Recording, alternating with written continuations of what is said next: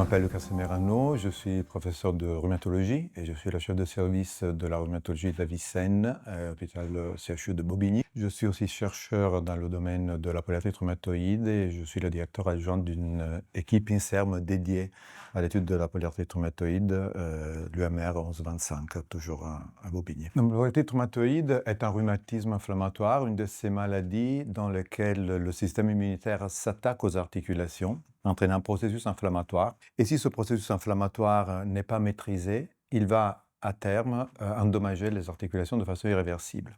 Cela entraîne un handicap lui aussi irréversible, donc une perte de fonction qu'il faut éviter par les traitements. Les patients viennent consulter surtout parce qu'ils ont des douleurs. Alors, la description de la douleur varie énormément selon les patients. Une douleur qui persiste plus de 6 semaines, qui touche de façon symétrique les petites articulations, c'est vraiment la douleur typique qui doit amener à consulter.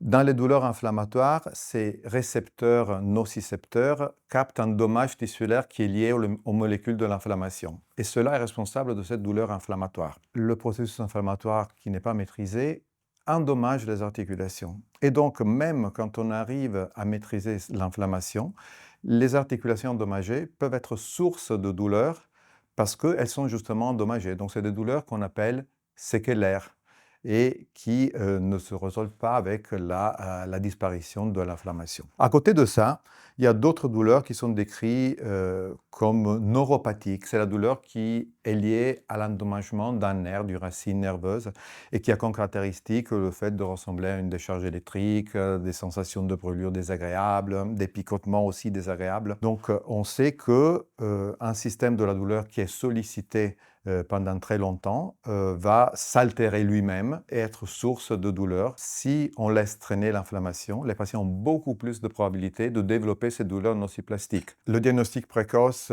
et le traitement précoce, rapide, sont très importants justement pour maîtriser les différents types de douleurs. Bien évidemment, si on maîtrise l'inflammation, on maîtrise la douleur inflammatoire. Si on maîtrise l'inflammation, on empêche le dommage articulaire et donc on évite les douleurs dites séquelaires et en même temps on évite cette sursollicitation du système de la douleur et on réduit le risque de développer des douleurs nociplastiques. D'abord, il faut avoir un discours très optimiste vis-à-vis des patients parce qu'on dispose maintenant de traitements dont l'efficacité est claire.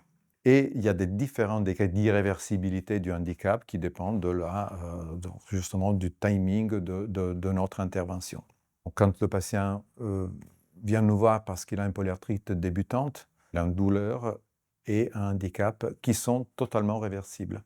Et c'est le moment d'agir rapidement et maîtriser cette inflammation, surtout qu'on se voit souvent en début de prise en charge pour trouver le traitement le plus adapté, avec un objectif qui est celui de mettre le patient en rémission, c'est-à-dire lui faire atteindre un état dans lequel il se sent comme s'il n'avait aucune maladie. On peut intervenir sur l'alimentation, sur l'activité physique, sur le sommeil, mais même dans la phase inflammatoire, il est important de mobiliser les articulations. Ce sont des variables qu'il faut considérer. D'ailleurs, les patients sont très demandeurs de conseils dans ce sens. Je suis amené à parler de l'ANDAR et en général des associations de patients à mes malades très précocement dans leur prise en charge. L'annonce d'une maladie chronique, c'est un coup très dur. On doit intégrer le fait d'être malade à jamais, d'avoir donc changé d'état. On n'est plus personne saine, on devient un malade.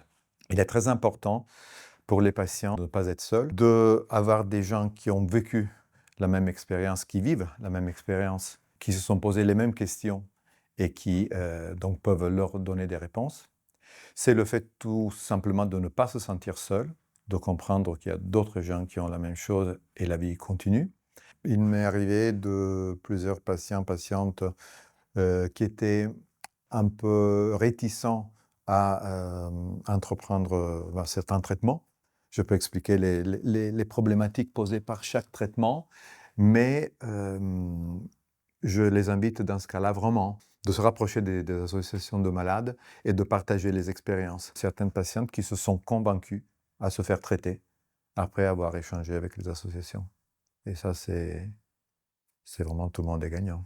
Moi, je voudrais surtout inviter les patients à être optimistes, parce que même si l'annonce d'une maladie chronique est une étape dure, il s'agit d'une maladie qu'on comprend de mieux en mieux et qu'on traite de mieux en mieux.